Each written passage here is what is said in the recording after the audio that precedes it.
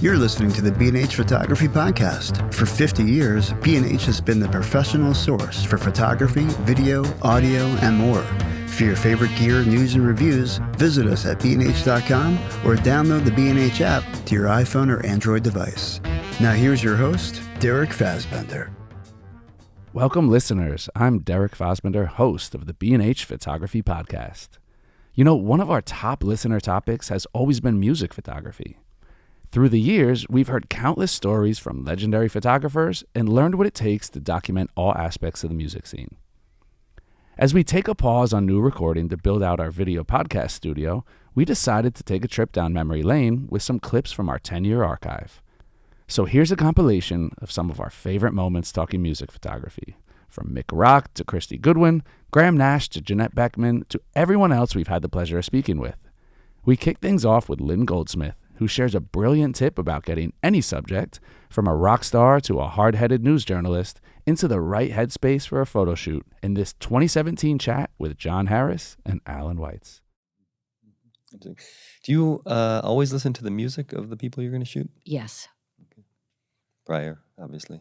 I think that with all shoots, whether you're doing a story for National Geographic or whether you're doing a rock and roll shoot or whether you're photographing an author, or like I mentioned before, in terms of finding out the music that someone likes, I'm going to photograph Cokie Roberts. I look at what was on the charts when she was 14, and it was Leslie Gore's "It's My Party." Immediately when I saw Leslie Gore, "It's My Party," I knew that was a song she would like. And she walked in a really bad mood, and I had that music on, and she just started dancing all over the place and stayed. And I had her eating out of my hand. That's brilliant. So the point is, you do as much research, you do your homework as you possibly can, and that will hopefully lead to the best image that you're capable of making. Have you had a moment or an instant where, I mean, I'm taking from this and other conversations that, you know, in order to make a good photo, you need the connection. You need the relationship somewhere, whether it's through a shared music or a shared memory or something along the lines. But has there been an instance where you got a really good photo out of a relationship or that was just horrible, where there was no connection and you never found that little moment or that shared ability between the subject and yourself? I don't really come from that mindset. You know, I don't really see, especially, you know, I come from the mindset of being in other people's shoes. Mm-hmm. So I'm not there, you know. I do tell a story, and I don't hesitate to say when people ask me, like, what was the worst photo session you ever had? I would say, you know, Don McLean. And when I said to him, you know, this is your record, and people are buying your record, you need to care about what's on your cover. And that's why I'm here. If you're not here for this, you should leave. And he completely turned around and became fine, you know. So the point is that sometimes you have to remind people, for whatever reason, not necessarily because they're a big star or whatever. It could be because they had a really bad day before they walked into where you are, and what things that have nothing to do with you, but you need to get that individual in the moment with you. You can have someone who's totally against you. It's your job to turn that around. And if you don't have the abilities to do that, you shouldn't be there. While working through a tough shoot is a must to get great results, sometimes mindful preparation is the ultimate key to success, as the legendary Mick Rock shared with Alan, John, and Jason during a remote recording session at his Staten Island studio in March 2019. I've been doing yoga for over 40 years. Okay. Headstands for over 40 years. To me, it's completely linked with photography. It was a way of, you know, massaging the third eye. so that I could see more clearly. I like what you term it as emptying yourself, and I get that. It's like then you open your eyes, and there you are with your subject. Yeah, you're in the present. Yeah. What are some of your warm-up techniques that you use for people? Does that really depend on who you're photographing? No, I do power breathing. I would have already done a yoga workout and a meditation, and mostly nowadays I'll get a massage beforehand too. Nice. So when I show up, I'm primed. Just like you before the show, Alan. So, but I think maybe following up on his question, what about what direction do you give to some of the people that are sitting for you? That's actually what I was getting at, not necessarily your warm-up, but like to sit down, you just don't start taking pictures. I mean, what kind of games do you play or interchanges do you have? I don't really play games. I think it's about stirring the energy. You just start the process and it just evolves. I'm not uptight about these things. John got Mick talking about his 1980 photo session with a young dancer who only later would shoot to stardom as Madonna. I asked you about that photo of Madonna where she's going like this to her shoulder. Yeah, I've got to find, there are more of them that are probably worth a bundle. And they would take them while she was still a dancer, 1980. Do you remember the setting, the contest? Yeah, it was my studio. Oh, okay. Bleecker Bob. Used to bring people that would go from to the record store. Bleecker Bob. That guy? Okay. I think he died, didn't he? I don't know. Wow. I think so. She had a totally different look in that picture. But she was totally ungroomed. I think that's what people like about it. Yeah. But I got to find the other few frames because I know how well that shot does. Mm-hmm. So when you say you got to find them, are they here somewhere? Are they in a? I think it's in one of my storage spaces. One of your storage spaces? Okay. Yeah, so it's some work to find them. You got to get someone on that, no? I've got to get all kinds of stuff. Okay, I hear you. I'm pretty sure we can all relate to having some hidden gems lost somewhere in our archives, although I don't know how many of us are sitting on an undeveloped goldmine of film, like Charles Daniels. Back in 2022, Alan got a taste of the candid eye of two Nikon Charlie, the unassuming ambassador of 1960s British invasion rockers. From his role as MC of the legendary club, the Boston Tea Party, to touring with legends like the Faces and the Stones, Charles had a front row seat to rock and roll history. The only problem was, until very recently, he rarely developed the film. You know, one of the things that's interesting about your photographs, looking at the ones that we were able to see so far, is that aside from the fact that you have some really good shots taken during performances of all of these groups, almost in your face pictures, a lot of them.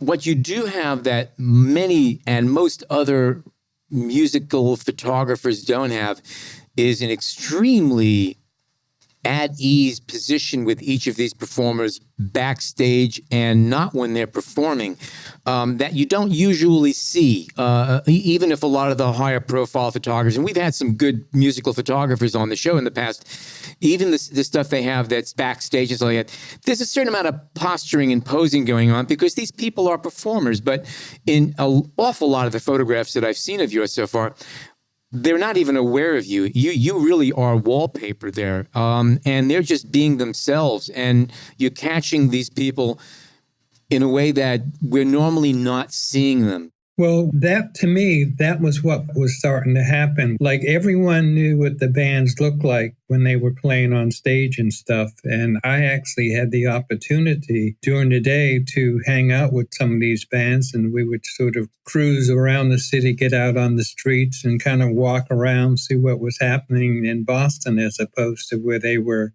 coming from. And so it became really kind of continuous that when the bands came to town, that we would sort of hang out and walk around and give them a little bit more information about sort of what was happening outside of just what was happening on stage with them.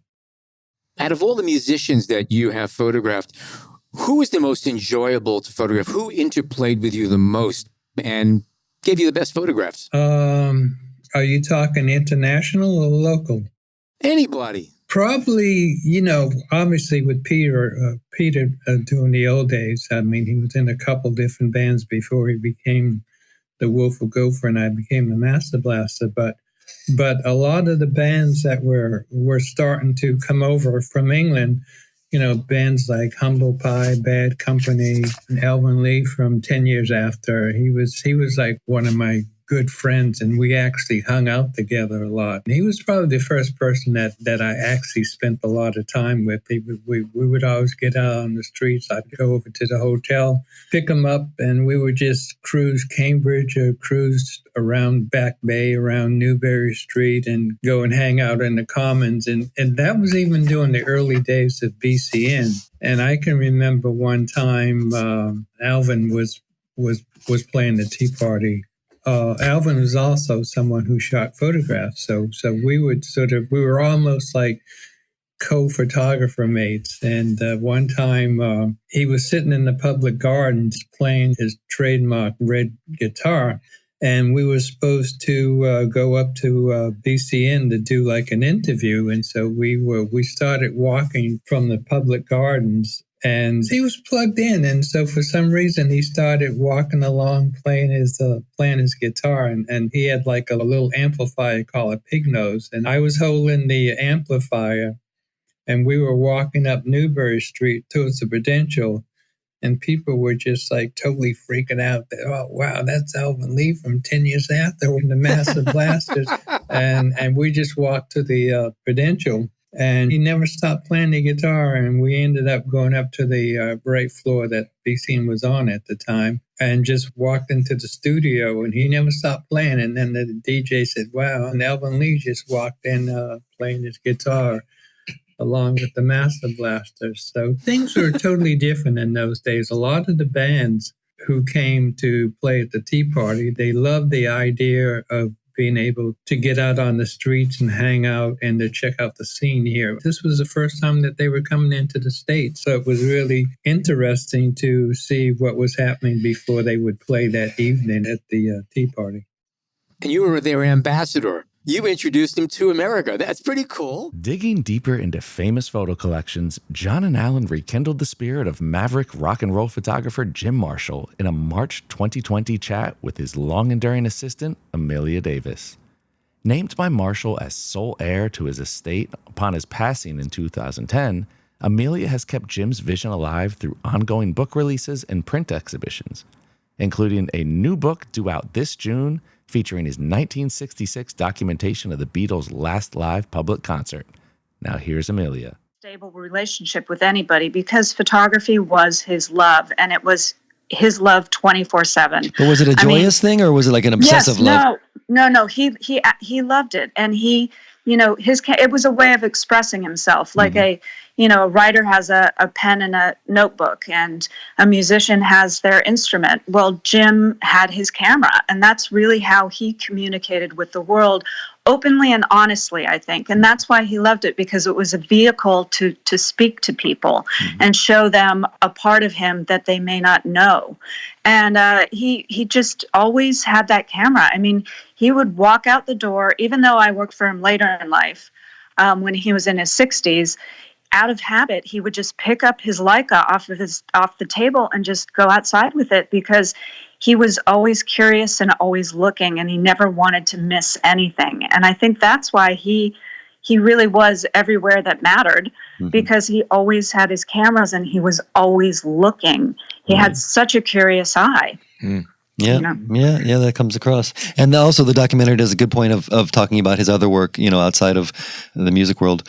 Let me ask a little bit about, running this archive or getting the archive. I mean, was it when the news came down that he had left this to you? Were you aware that he was going to do that? Were you happy? Were you willing? Were you? I mean, it's a massive challenge. undertaking, but you know what? It's the kind of thing you can't just say, "Oh, no, thank you, thanks, but no thanks." Right. You own this. Well, you do, whether you like it or not. Right. Well, Jim never had any children, and he always considered his photographs his children, which he guarded fiercely when he was alive. And he took care of them when he was younger, and he said, and as he got older, then they took care of him. So he and I had a couple discussions, and he said, you are the only person I trust to care for my children when I'm gone.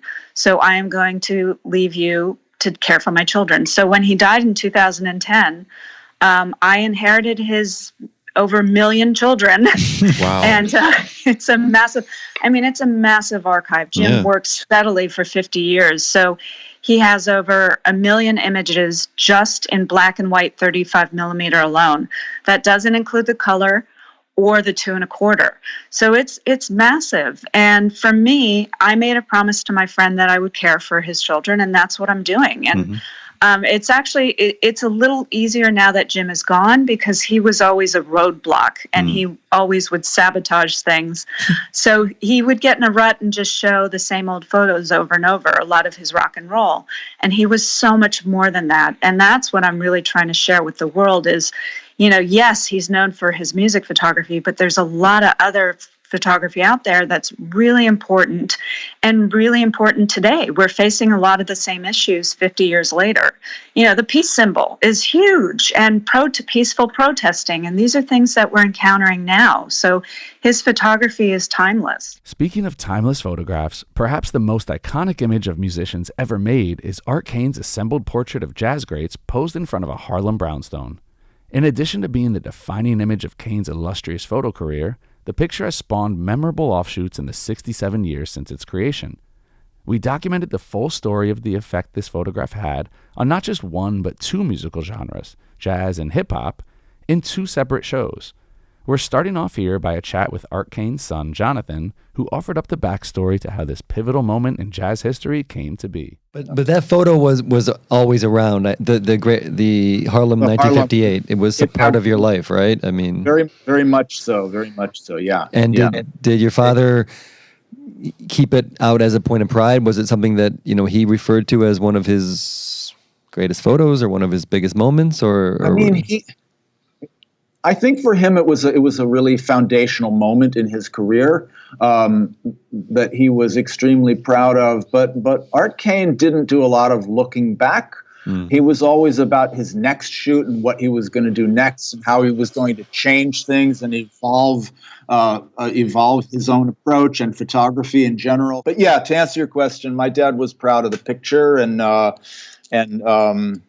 considered it a real turning point in his career, because that was the moment. So there is this creation myth that Harlem 1958 is Art Kane's first photograph, that he was an amateur photographer, right. and that's a story that Art Kane himself allowed to flourish. But the reality is that Art Kane actually had been shooting.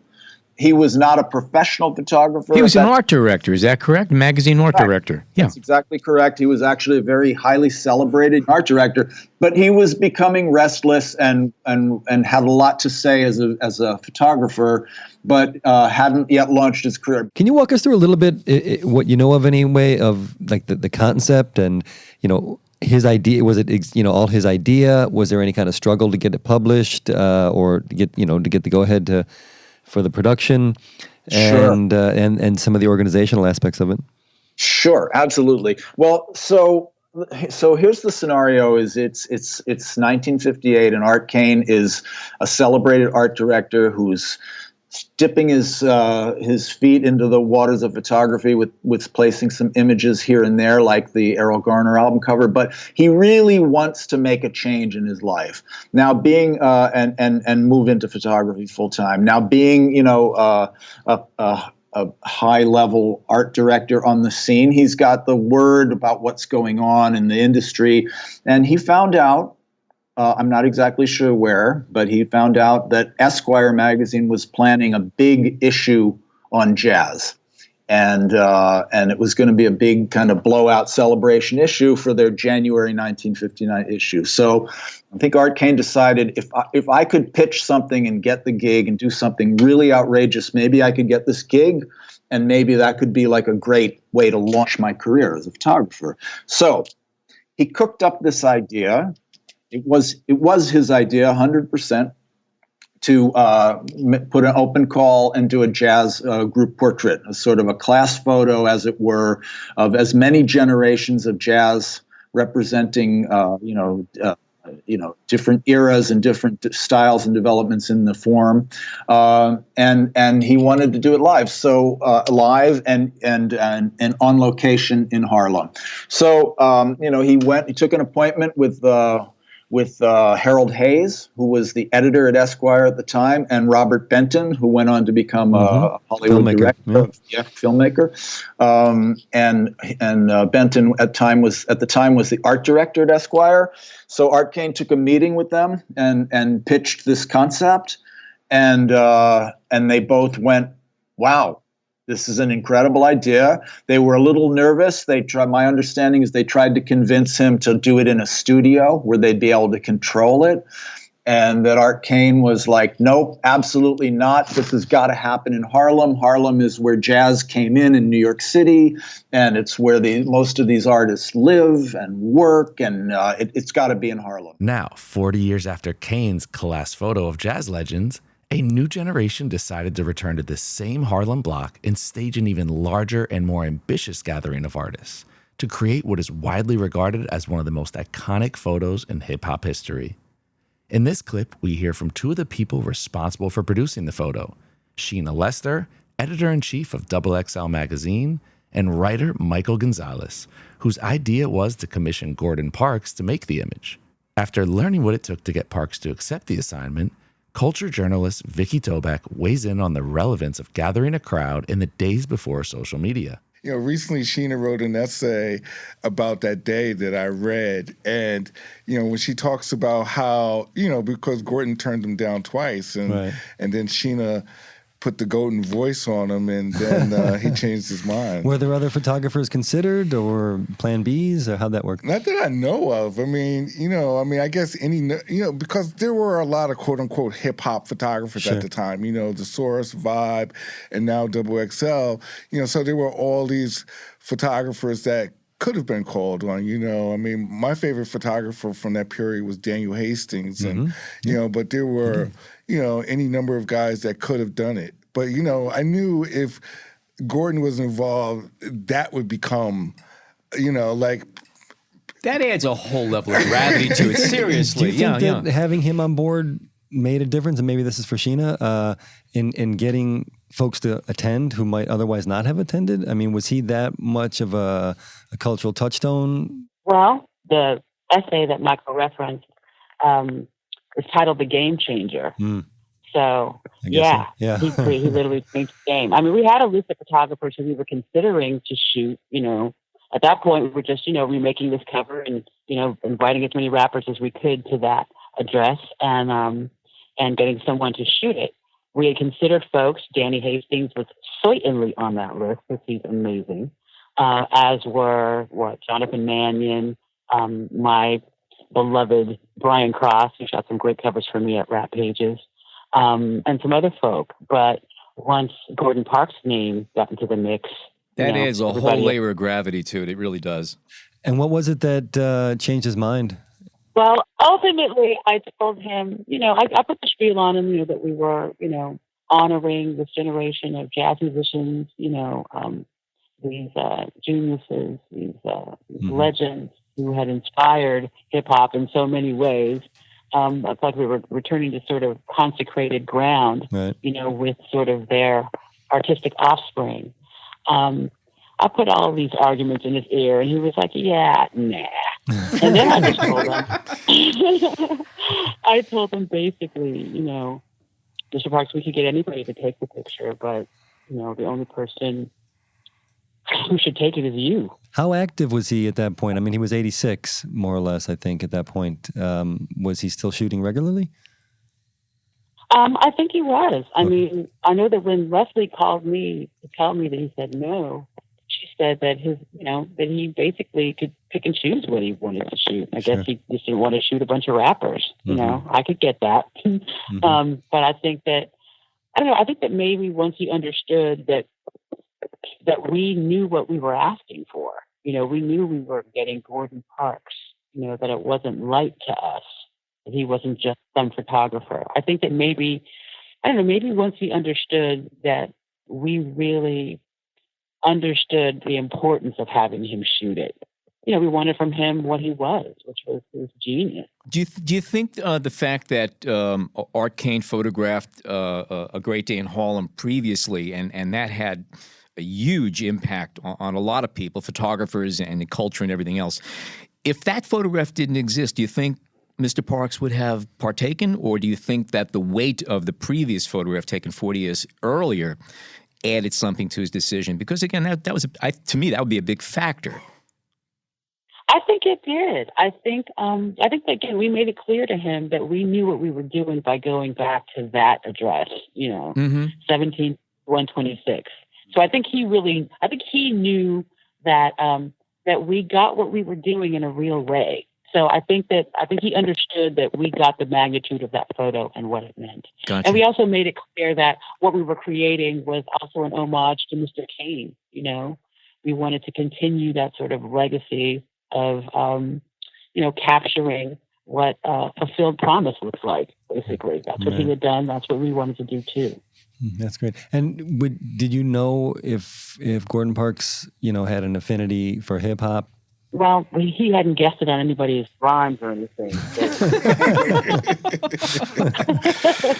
Well, he might have been in some rhymes, right? Yeah, I don't know. I don't know that he probably had an affinity for hip hop. Mm-hmm. But again, I think that he got that we got how important he was. Sure, right. So, sure. The rest of it was just gravy. And can you speak a bit about the production aspect of it, like who you called first, who were the top of the list people you wanted involved, and how it was to get these people, who signed on right away to come for the shoot, and who took some wrangling?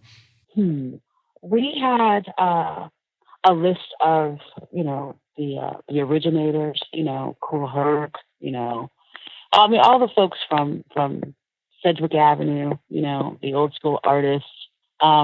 We just had a long list of anybody who had ever made a rap record or contributed to hip hop music in a way that was significant. So the door was kind of open. I mean, in the sense that if somebody said, "Hey, I want so and so should be here too," did you then invite them as well?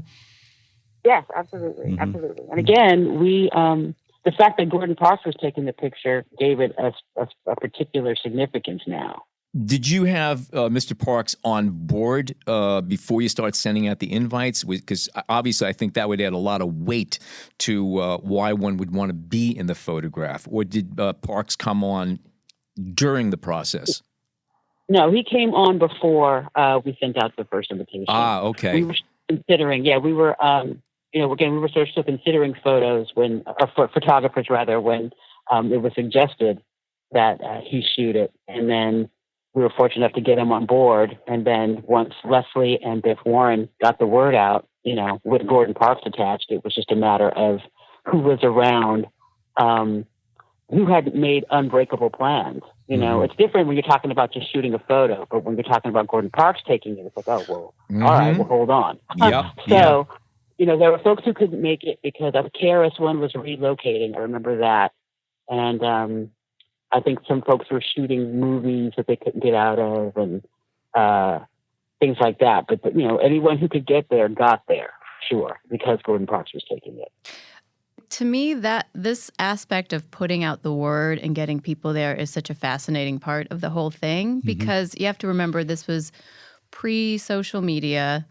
This was really Leslie activating this amazing network of publicists and people, and I feel like it set off this great underground sleeper cell of hip hop, and word just got around, That's a good point. There was no social media. This is a whole different world.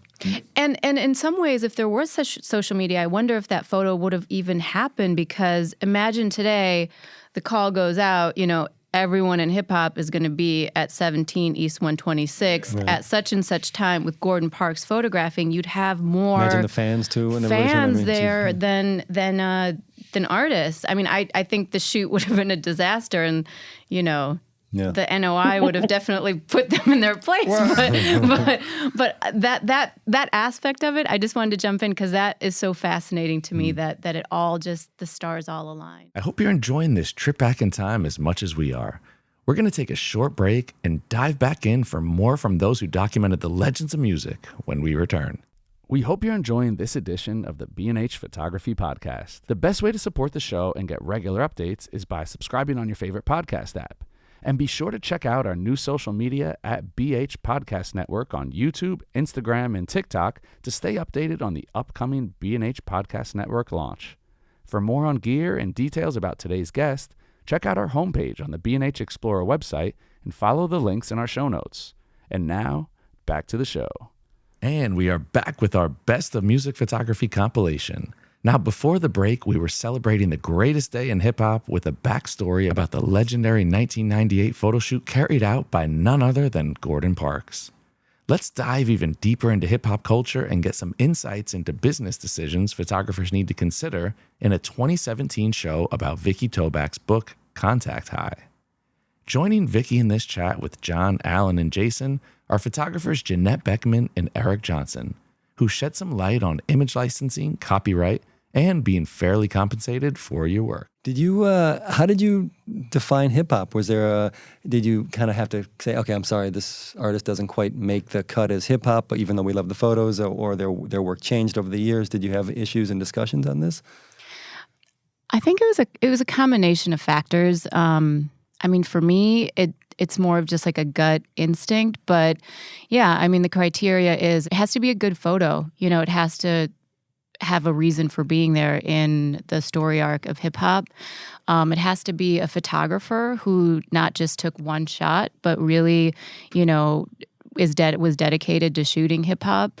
And it has to be something that maybe is like etched in the memory of hip hop fans, right, or people who love hip hop. So yeah, it was like a combination of, one factors. One photo on that contact sheet is an iconic shot, and the rest are alternate takes from that. That's kind of the idea. Yeah. And it's a way, you know, kind of see into the mind of the photographer, like see how they think about sequencing and, you know, working with the artist. Like I always ask, like, did the artist have any idea of how they wanted to be portrayed, and what was that like? And it's just a way of like seeing into their mind. And, you know, I think that's such a fascinating part of it that really gets lost sometimes. I thought it was cool how you could kind of see some of the vulnerability that you may not have seen, or some of the humor. Like the shot of Biggie comes to mind with the crown. It's like they had the outtakes with him smiling and kind of making funny faces. I thought that was kind of a cool moment that you weren't used to seeing him portrayed that way. Yeah, well, it also tells the story of like how choices are made in media and people who control imagery, and how, you know, certain choices that get made then tell this story to the public. But yeah, you ask people who knew Biggie personally, and, you know, they see the smiling photo of him and they're like, that's the Biggie that we knew. And a lot of these photos were taken some for album covers, others for magazine shoots, I'm sure, and maybe a variation. But to the photographers, did you have final choice on a lot of these photos that we're seeing now, or was it a combination of record labels and artists and everything? Not always. I mean, sometimes you do a shoot and you think that's the shot, and then, you know, the art director or the record company would choose something completely different. And then, but, you know, being a photographer, you have shows and you can show the other images. It's just so great. You know, now you can put them up on social media and websites, and people can share those.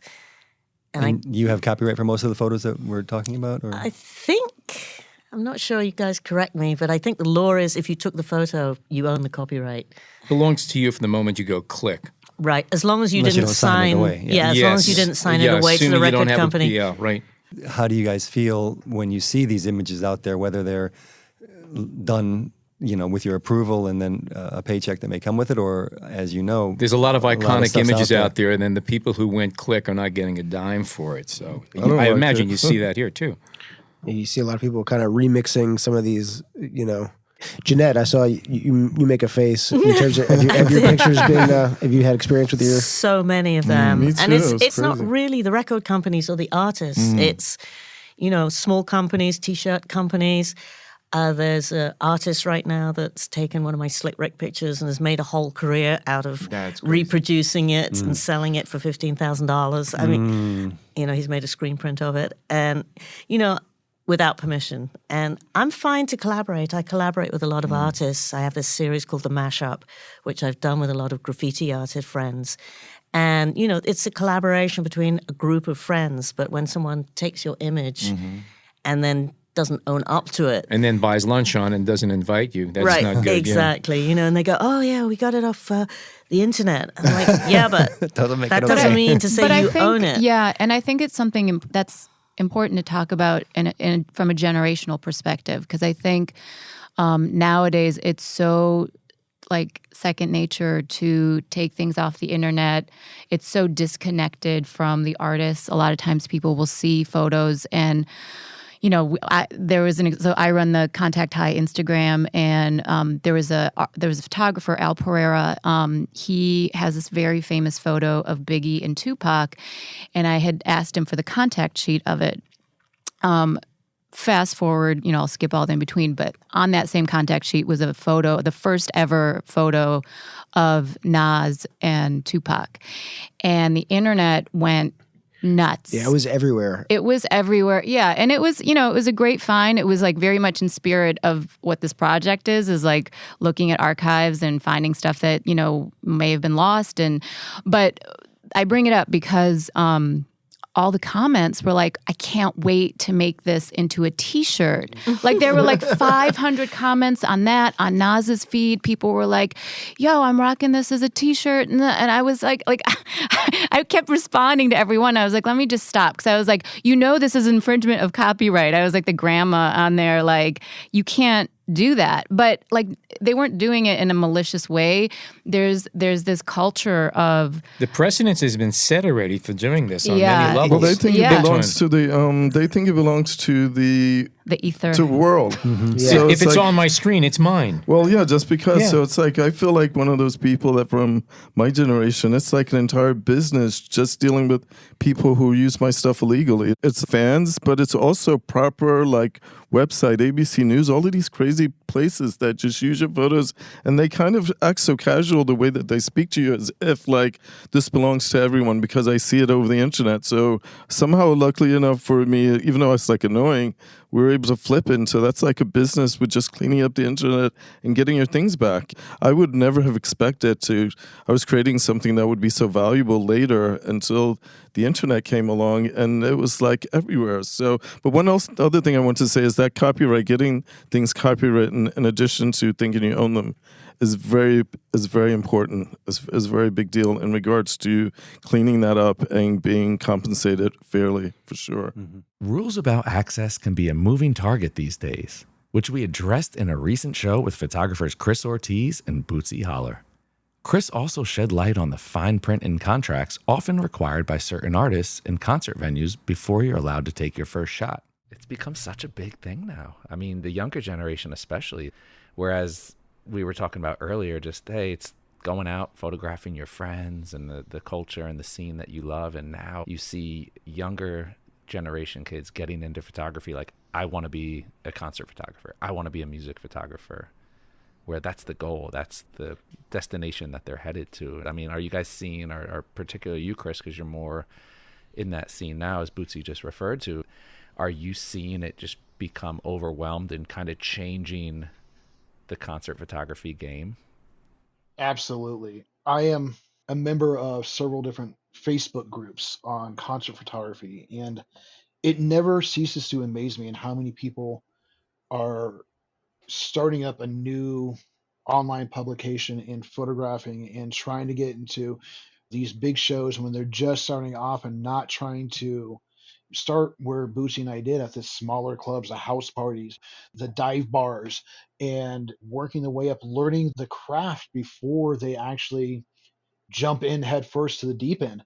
And some people will go through and have their cell phones, and if you look at any type of like Live Nation contract or AEG contract or even just an individual band's contract, most of the time it will say no cell phones, no tablets, professional grade cameras with detachable lenses, ... And while those may vary from case to case on what a professional camera might be, I mean, you might be looking at like a mirrorless Nikon camera or sometimes, and I have seen this recently, somebody's still shooting with a D70 in the pit, which I'm like, ouch. Yeah, that was interesting. Okay, but they have detachable lenses. You can go through and shoot. And it's one of those things where they are very particular about what type of camera that you can get into the photo pit. I sometimes still take my Kowa 6 medium format camera, it's known as the poor man's Hasselblad, with a 120 film into the pit. And sometimes we'll try to shoot with that. And I've been stopped every once in a while. I have my Nikon with me and I have the medium format. People are like, what's this other thing that's in here? It's like, that's not an actual camera. It's like, yes, it is. It's film camera. It's medium format. And please don't open up the back because you're going to ruin this whole entire 12 shots that I have. And I don't have another roll with me because I don't want to change it out. But yeah, it is interesting to sit back and see. So that's confusing to me. What's the motivation on Live Nation's part for prioritizing or requiring? Why do they care? I can't speak to them. I don't know why they want certain things and why they don't. It's strange. It is strange because, like, I think we can all attest to the fact that when we go through and look at a modern day cell phone, I have a Google Pixel cell phone, and that sure as hell takes better photos than a D70 or even a D300. So why? I'm not sure. I think it's just more of a professionalism type of deal. I'm not 100% sure though. But my question is, what kind of restrictions are they putting in those contracts on rights? Can you use the pictures for commercial purposes, or is it just related to the assignment that you're there for and you have access for, or is that spelled out? Today, there's a lot of different clauses in contracts, and when they're really restrictive, and there's several of us out there that will abide by this, but there's certain artists out there that I'm not going to name names, that as soon as you push that shutter release, they own the photo. And I refuse to do those shows, or I refuse to do those contracts, especially if I'm shooting for the paper, somebody that is going to be using these images for documentary purposes to go into our publication. It's like, and I always tell them, and this is the honest to God truth, we cannot use a photo that we do not own the rights to. Right. Especially when it's something like that. And if they are trying to go through and claim those rights, then I'm sorry, we will pass on this show and do something else. But for the most part, a lot of the bands don't have that in their contract. They will say, okay, no printing of T-shirts or something like that. But if you do like a limited press of like an 8x10 of, let's just say, for example, Alice Cooper, since he lives down in Phoenix, limited edition, numbered, signed, that's not commercialism, and that's not selling it for commercial purpose. That's an artistic purpose, and that's where the line is drawn. And a lot of the artists understand that. And if you're lucky enough to be able to go through and have exhibitions of your work, they're fine with it. They actually, from what I've been told by certain artists, they actually applaud that because of the fact you're carrying on the tradition of art that they are starting off with and continuing that into your own practice. Given all the hurdles to covering live shows in an increasingly fast-paced world, it's easy to imagine this work putting a damper on the simple joy of relaxing to a beautiful tune. In February 2021, John and Alan put that very question to Christie Goodwin, house photographer at the Royal Albert Hall. She assured them that since her first love is making pictures, photography will always be her top priority, and she offered a photo editing tip that helps her concentrate when selecting keepers after a long day's work. So has shooting music kind of ruined music for you? I hate to ask such a question like that, but do you, when you go home at the end of the day, do you put on music just to relax and listen, or is it, it's kind of, you kind of lost that thrill? I have two answers to that. Well, one is I like music, right? But I am first and foremost a photography fan. My passion is in photography. And I shoot music because it's creative, whatever you get, it's very creative. It's very enjoyable to shoot. So I don't think I per se went in it because of the music. It's because of the love of photography and the source of creativity. Now, I will not go to a gig anymore for fun. That's over. I've lost that one. I used to do that way back before I shot music, but now I'm over it.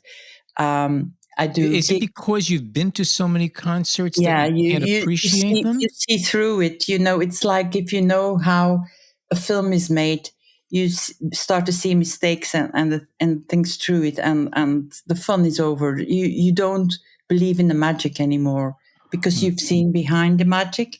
So that's a bit rude. But I still like music, and the funny thing I have is when I come home and I go over my pictures, I put one song on repeat. I'm a little bit weird like that again. Yeah, I'm weird all over, and I put that on repeat to concentrate. And that's how I select my pictures. And that goes very fast. It's like delete, delete, delete, delete. Interesting. And do you consider yourself to have a heavy finger? Do you shoot a lot at a concert? No. And that's one of my pet peeves. I think, like I said, I'm a fan of photography. I'm passionate about photography. And when I go into the pit, I try to create images. And sometimes next to me, I'll see a photographer who puts it on the fast mode, and it goes like click, click, click, click. And that's filming. You're there to take pictures. You're not there to film. And I think you just get better captures if you put an effort in it. It takes a little effort to basically compose something, to see what's in there, to fit the things into your little, your little square, than just shooting for the hell of it. I'm sure they'll get a couple of good ones as well out of it, but I don't do that. Should we infer that means that you keep your camera in single mode, or are you still in continuous, but you're just doing one frame at a time? Just curious. Yeah, I do one frame at a time. Okay. Yeah. That's typically the way that I work as well. Despite sometimes making direct contact with her subjects on stage, Christie fancies herself as being invisible. This adds a touch of magic to her pictures, as John discovered when asking if she planned specific interactions in advance. And there's a few shots on your website. There's one of the band Dream Theater and Backstreet Boys where, you're very close into the performers. They're actually looking right at the camera. Was that just a matter of being at the right place at the right time, or do you often, or do you ever, speak to the performers beforehand to say, hey, if you see me, give me a look, or anything along those lines? No, it's very funny actually, but it's the opposite. I always say, don't look at me. I actually don't like it when they look at me because, that's sort of the wall that gets broken. Right. And it just like snaps me out of my trance, like, oh my fuck, I've been noticed.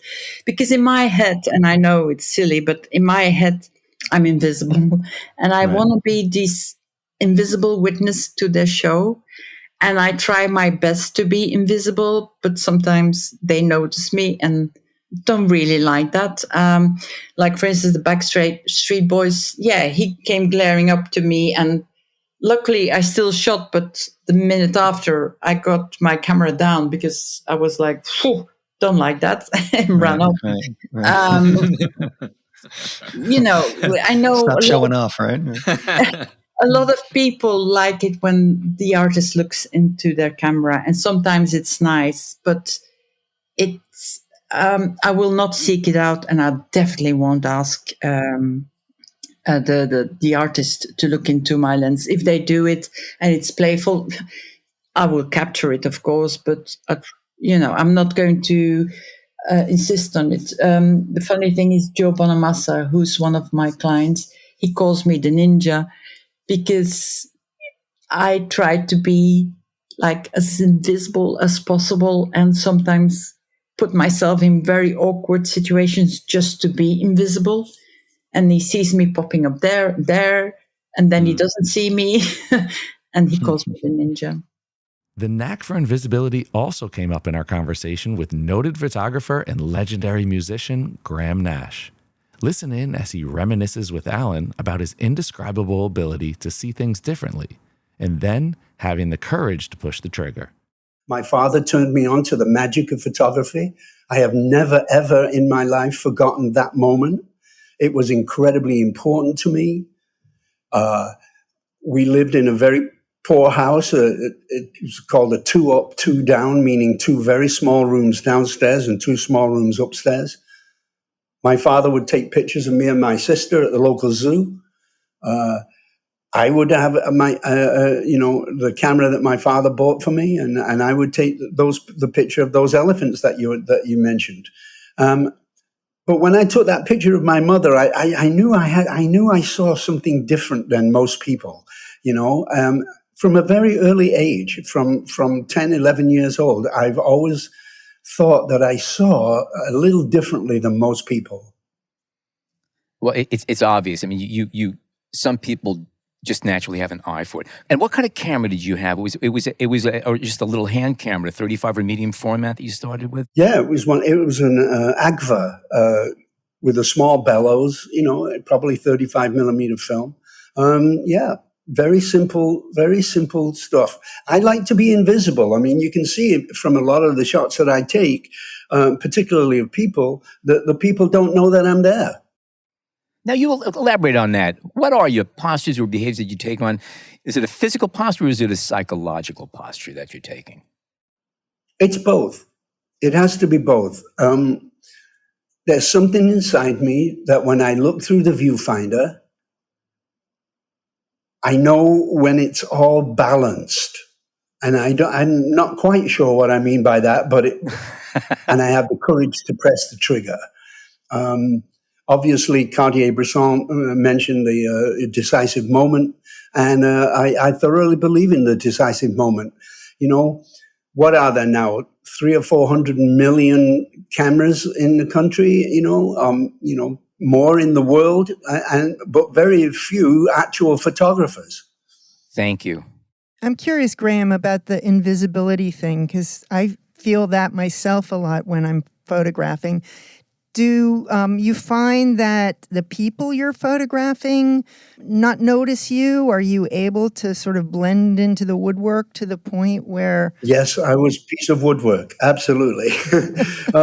I've always been that way. I having had millions of photographs taken of me, I know when I put on that face, the one where you think you look cool, where you think you look like James Dean, when you're the best side.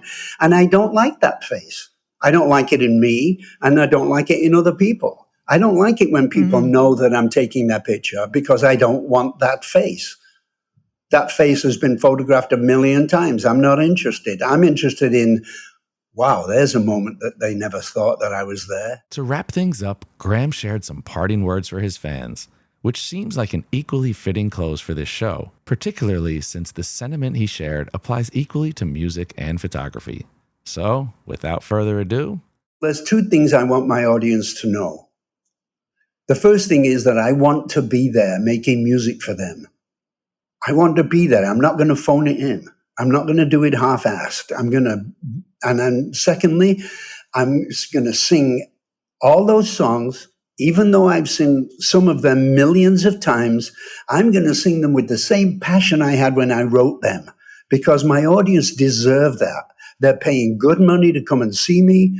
They will see something real. It's a pleasure listening to you as a musician, growing up with your music. An absolute delight and a pleasure having an hour to chat with you about photography, something that we all obviously love dearly, and hearing you talk about so many of these now historic moments in photography. We could actually call it that if we want. And to know that you're still moving along after all of this time, it's refreshing, it's humbling, it's something to celebrate. And we thank you so much for taking the time to join us today on the show. Alan, you're very welcome. Thank you, Jill. Thank you. I have one more question based on what you said about the music holding up and you being as passionate about the music now as when you wrote it. Do you find the same thing about your photographs, looking back on your earlier photographs and how photographs hold up over time? Good question. That's interesting. It goes back to the fact that I see beauty everywhere. I see it in the clouds. I see it in the gutter. I see beauty everywhere. I see compositions that, that, on something in the mud, I see beautiful stuff in the skies. There's beauty all over the place. You just have to put yourself in the position to do that. And what happens with me is every morning I get up, I do morning stuff and watch the news and all that stuff. And then I'm leaving my apartment. I got my camera and I say, okay, world, what have you got to show me? I know there's something weird out there. Where is it? And invariably I find it. Yep. That's it. That's wonderful. You just got to keep your eyes open. Be Correct. sensitive. 360 degrees. So that's a wrap on our Best of Music Photography mixtape. If you'd like to take a deeper dive into any of the original episodes, you'll find links in our podcast show notes. As always, thank you to our listeners for joining us today.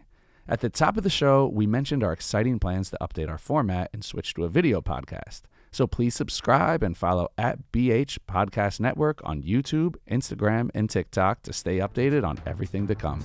You can also find us on the Explorer blog, where we post photos from our guests along with the show notes. I'm your host, Derek Fosbender. Jill Waterman is our creative producer. We were joined on this episode by the voices and talents of past B&H Photography podcast members, host Alan Weitz, creative producer John Harris, technical producers Jason Tables and Mike Weinstein.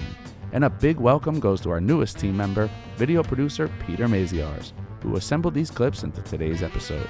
And finally, our executive producer is Dana Glidden. On behalf of us all, thank you so much for tuning in today.